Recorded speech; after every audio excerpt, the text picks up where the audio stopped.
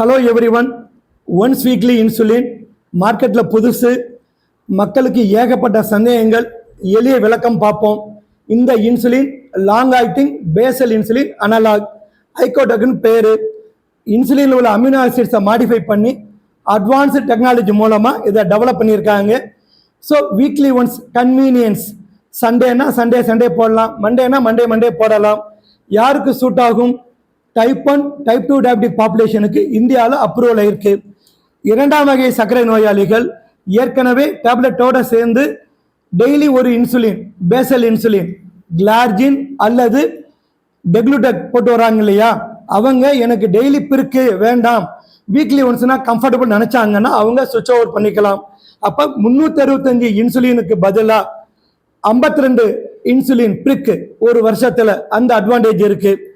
அதே போல இந்த டைப் 2 டயபிட்டிஸ்ல மெடிசின் சாப்பிட்டு கண்ட்ரோல் இல்லை, உங்க டாக்டர் உங்களுக்கு இன்சுலின் தொடங்கணும்னு சொன்னாங்கன்னா டெய்லி இன்சுலினுக்கு பதிலாக எடுத்தவனையே வீக்லி ஒன்ஸ் இந்த இன்சுலின் ஆரம்பிச்சிடலாம். டெய்லி இன்சுலின் போடுறவங்க நடுவில் லோ சுகர் அடிக்கடி போகுதுன்னா உங்களுக்கு இந்த இன்சுலின் சூட் ஆகாது. டைப் 1 டயபிட்டிக் பாப்புலேஷனுக்கும் ஸ்டடீஸ் இருக்கு, அப்ரூவல் தான். ஆனாலும் அவங்களுக்கு லோ சுகர் அதிகமாக காட்டுறதுனால அவங்க இப்போதைக்கு அது போட வேண்டாம்.